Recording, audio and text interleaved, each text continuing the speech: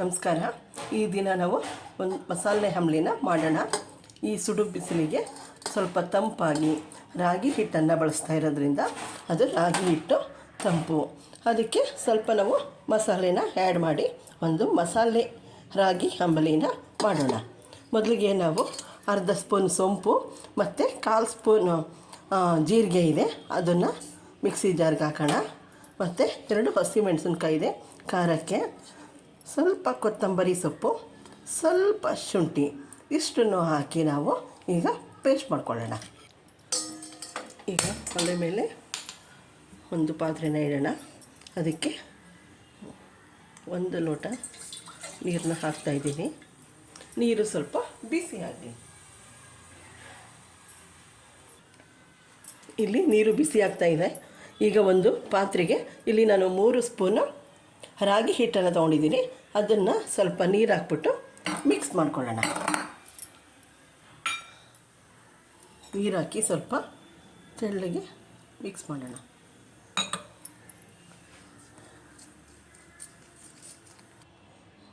ನೋಡಿ, ರಾಗಿ ಹಿಟ್ಟು ಮತ್ತು ನೀರು ಹಾಕಿ ಈ ರೀತಿ ತೆಳ್ಳಗೆ ಮಿಕ್ಸ್ ಮಾಡಿ ಕಲಸಿದ್ದಾಗಿದೆ. ಈಗ ಇಲ್ಲಿ ನೀರು ಕುದೀತಾ ಇದೆ.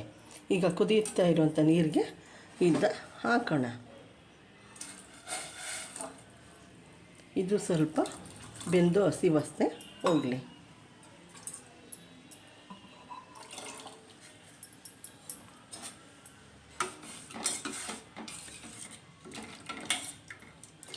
ಈ ರಾಗಿ ಹಿಟ್ಟು ಸ್ವಲ್ಪ ಬೆಂದು ಅದರ ಹಸಿ ವಾಸನೆ ಹೋಗಿ ಸ್ವಲ್ಪ ಗಟ್ಟಿ ಆಗುತ್ತೆ. ನೋಡಿ, ರಾಗಿ ಹಿಟ್ಟು ಬೆಂದು ಹಸಿ ವಾಸನೆ ಹೋಗಿದೆ, ಎಲ್ಲ ಬೆಂದು ಹೊಂದ್ಕೊಂಡಿದೆ. ಈಗ ಇದಕ್ಕೆ ರುಬ್ಬಿರುವಂಥ ಮಸಾಲೆನ ಹಾಕೋಣ. ನೋಡಿ, ಪೇಸ್ಟು ರುಬ್ಬಿರುವಂಥ ಈ ಪೇಸ್ಟನ್ನ ಹಾಕೋಣ. ಇದು ಹಾಕಿದ್ರೆ ಇದಕ್ಕೆ ಎಕ್ಸ್ಟ್ರಾ ಟೇಸ್ಟ್ ಕೊಡುತ್ತೆ ಅಂತ.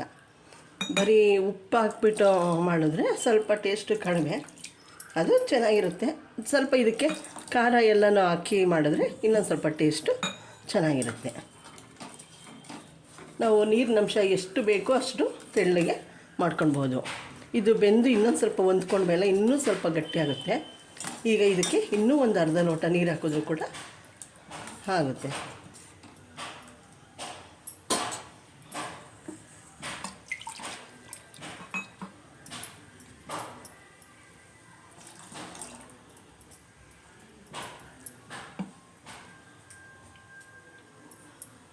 ರುಚಿಗೆ ತಕ್ಕಷ್ಟು ಉಪ್ಪು ಹಾಕೋಣ.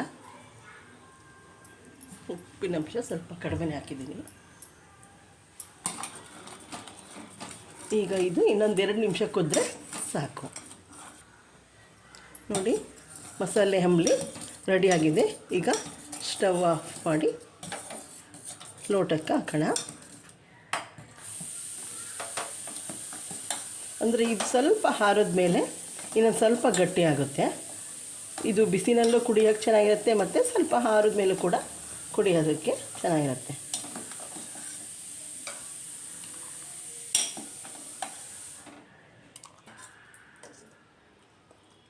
ಈಗ ಈ ಲೋಟದಲ್ಲಿ ಸ್ವಲ್ಪ ನೀರು ಮಜ್ಜಿಗೆ ಇಟ್ಟಿದ್ದೀನಿ, ಇದಕ್ಕೂ ಕೂಡ ಹಾಕೋಣ. ಅಂದರೆ ಮಜ್ಜಿಗೆ ಹಾಕ್ಬಿಟ್ಟು ಕುಡಿದ್ರೆ ಅದೊಂಥರ ಟೇಸ್ಟ್ ಇರುತ್ತೆ. ಮತ್ತು ಬರೀ ಸಪ್ರೇಟಾಗಿ ಬರೀ ರಾಗಿ ಅಂಬ್ಲಿನೇ ಕುಡಿದ್ರೂ ಅದು ಚೆನ್ನಾಗಿರುತ್ತೆ. ನಾನು ಈಗ ಮಜ್ಜಿಗೆ ಜೊತೆನೂ ಕೂಡ ಹಾಕ್ತಾಯಿದ್ದೀನಿ. ಮಸಾಲೆ ರಾಗಿ ಅಂಬ್ಲಿ ಕುಡಿಯೋದಕ್ಕೆ ಸಿದ್ಧವಾಗಿದೆ. ನೋಡಿ, ಇದಕ್ಕೆ ಸ್ವಲ್ಪ ಮಜ್ಜಿಗೆನ ಮಿಕ್ಸ್ ಮಾಡಿದ್ದೀನಿ, ಅದು ಕುಡಿಯೋಕ್ಕೆ ಚೆನ್ನಾಗಿರುತ್ತೆ. ಇನ್ನೂ ಸ್ವಲ್ಪ ಸೊಪ್ಪು ಜಾಸ್ತಿ ಆಗುತ್ತೆ. ಇದು ಮಾಮೂಲಿ ರಾಗಿ ಅಂಬ್ಲಿ. ನನ್ನ ಈ ವಿಡಿಯೋ ಇಷ್ಟ ಆದಲ್ಲಿ ಲೈಕ್ ಮಾಡಿ, ಶೇರ್ ಮಾಡಿ. Okay, thank you.